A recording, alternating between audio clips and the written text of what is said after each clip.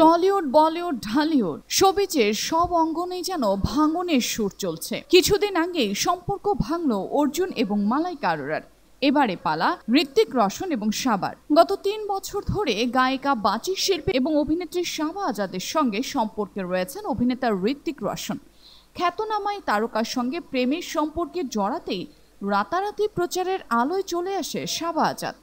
যদিও সাবা নিজেই নাট্য পরিবারের মেয়ে, সফদর হাশমির ভাইজি, ছোটবেলা থেকে অভিনয় করেছেন নাট্যমঞ্চে। তবুও এই খ্যাতনামা তারকার প্রেমিকা হওয়ার পর থেকেই যেন সর্বক্ষণ পাপ্পারাজিদের নজরে থাকেন তিনি। যে বিষয়টি নিয়ে মাঝে মধ্যেই বিরক্তি প্রকাশ করেছেন এই মডেল। তবে সেসব আলোচনাকে পেছনে ফেলে এবার শোনা যাচ্ছে ঋত্বিকের সঙ্গে নাকি সম্পর্কটা এবার শেষই করে দিচ্ছেন সাবা। গত কয়েকদিনে যে কটি অনুষ্ঠানে ঋত্বিককে হাজির হতে দেখা গেছে, সর্বত্রই তিনি একা গেছেন। আম্বানিদের বিয়ের বাড়ি হোক কিংবা ফারহা খানের মায়ের শেষ যাত্রা, কোথাও দেখা যায়নি সঙ্গী সাবাকে। গত 2 বছরে এমনটা কখনো হয়নি। কোনো অনুষ্ঠানে সাবাহীন ঋত্বিককে ভাবাই যায় না।